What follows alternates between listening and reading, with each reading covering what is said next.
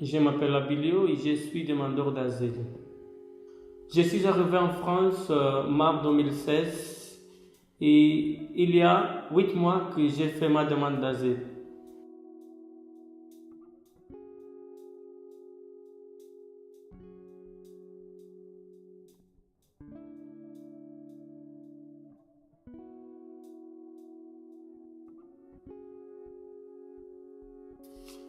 Je viens d'Angola et j'ai quitté mon pays en 2016 parce que j'étais en danger là-bas.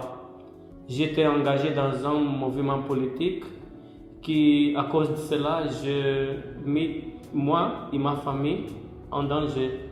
C'est pour ça qu'on a été obligé de quitter notre pays. Quand je suis arrivé en France, j'ai habité à Ville-de-Mans. J'ai resté là-bas 2 mois.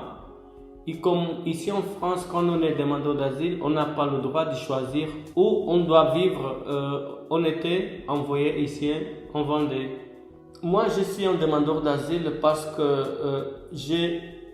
j'étais en danger chez moi et j'ai quitté mon pays pour trouver un endroit où je puisse être en sécurité. Et je suis venu ici pour demander la protection de l'État français. Un demandeur d'asile, c'est celui qui a commencé le processus pour être considéré comme réfugié. Réfugié, c'est celui qui a le droit de rester sur sol français avec un carte de séjour, un document qui lui permet de trouver du travail. Celui qui a le droit comme réfugié, il a tous les droits comme un citoyen français. Et nous, comme demandeurs d'asile, on n'a pas le droit de rien faire. Pendant qu'on est dans la démarche d'attendre la réponse, on doit toujours attendre quelques papiers qui nous donnent l'autorisation pour travailler, pour faire quelque chose. On ne peut pas rien faire. On doit toujours rester enfermé chez nous ou partir dans une association qui aide des immigrants pour apprendre le français. Rien que ça. Je suis ici au CADA parce que c'est le CADA qui travaille pour aide administrative, juridique, avec la mairie pour l'école des enfants, pour aide chez médecin. Et à Fontenay, j'habite dans un immeuble qui est pris en charge pour le CADA. Et moi, j'habite avec ma femme et mes enfants. J'ai 3 enfants qui sont déjà à l'école. Le temps d'attendre ici, on peut dire que c'est un peu dur. Parce qu'on ne sait jamais quel jour on pourra avoir la réponse. On pense toujours demain ça sera mieux et le lendemain ça vient et on n'a aucune réponse. Et ça devient dur parce qu'on ne sait jamais qu'est-ce qu'on peut faire. On reste toujours enfermé, on a envie de faire quelque chose ici. On a même envie de travailler, d'aider la France, le pays qui nous accueille. Mais on ne peut pas rien faire pendant qu'on est demandeur d'asile. Et ça, c'est très très dur de vivre avec ça.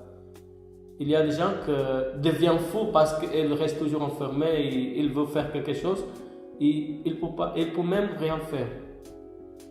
Et pour moi, c'est la même chose parce que j'ai l'habitude de travailler. J'ai vécu toute ma vie en travaillant. Et depuis que j'ai quitté mon pays, j'ai resté enfermé. Ça fait déjà 1 an et 5 mois que j'ai très envie de faire quelque chose. Et c'est dommage que je dois respecter. Ce sont les règles de la France et je ne peux rien faire. Toute la journée, je reste chez moi. Je reste assise devant la télé. Sinon, il y a des jours que pour m'occuper, je me fais inscrire dans une association qui donne des cours français. J'ai été là-bas pour apprendre le cours français parce que je ne savais pas aucun mot en français. Et maintenant, comme je peux dire que je maîtrise un peu mieux, si je vais là, c'est pour trouver des gens pour me faire sortir de chez moi. Parce que en restant toujours enfermé dans la maison, ça peut devenir de stress, ça peut déprimer. Et pour cela, dès qu'il y a un cours français, je sors avec plaisir pour trouver des gens, pour parler, pour discuter. Et avec eux, on a aussi beaucoup d'activités pour aider des gens qui puissent sortir de chez eux, pour ne pas stresser, ne pas déprimer, et ça fait du bien. Il y a des activités qui font du bien pour nous aider à nous en sortir de chez nous et pour qu'on puisse convivre, qu'on puisse partager du temps avec des autres gens, des autres immigrés et des autres gens d'associations. On peut avoir des pique-niques, on peut avoir des jeux sociaux, on peut apprendre du sport comme foot, comme aussi la musculation avec un bénévole. Je voudrais aussi danser. Tu sais, j'aime bien danser. Mais ici à Fontenay, je n'ai rien trouvé. Il n'y a pas beaucoup de gens de mon âge. La plupart des gens que j'ai pu considérer comme amis, ils viennent plus au cours français.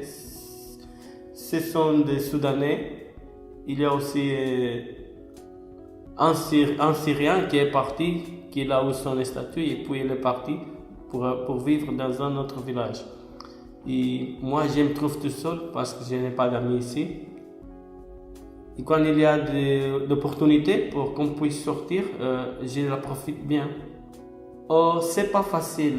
Des gens français qu'on peut trouver, ce sont des gens qui travaillent à l'association Amissiouf, des amis que j'ai fait quand j'ai commencé à participer au cours français là-bas.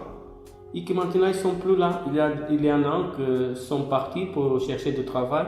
Il y a d'autres qui sont très occupés parce qu'ils travaillent beaucoup et il n'y a pas de temps pour qu'on puisse être toujours ensemble. Ce que je cherche, c'est d'avoir des gens que je peux discuter, que je peux partager des moments bons ou quand même mauvais ensemble. Pour faire les courses, je fais toujours à pied, en marchant avec mes enfants, avec ma femme, on fait tout le temps, on marche. Je n'ai pas de voiture, je me déplace en vélo, j'ai un vélo qui m'aide pour me déplacer, pour aller jusqu'aux endroits pas très loin. Dès qu'il y a un endroit qui pour avoir beaucoup de kilomètres, je suis obligé de ne pas y aller.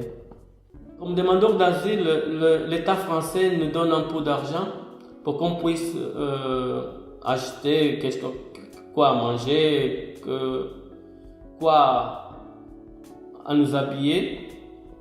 Oui, cet argent nous aide quand même un peu pour qu'on puisse vivre. Moi, j'ai préféré même travailler parce que j'ai déjà l'habitude de travailler.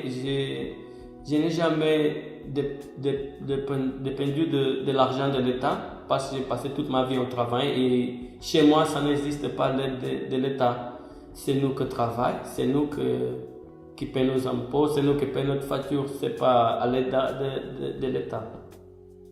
Ici, on reste un peu déprimé parce qu'on doit toujours attendre que l'État donne d'autorisation, que l'État fait ça, fait ci pour nous. Et parfois, c'est pas bon. Ça n'aide pas beaucoup. Pour mon avenir, qu'est-ce que je pense?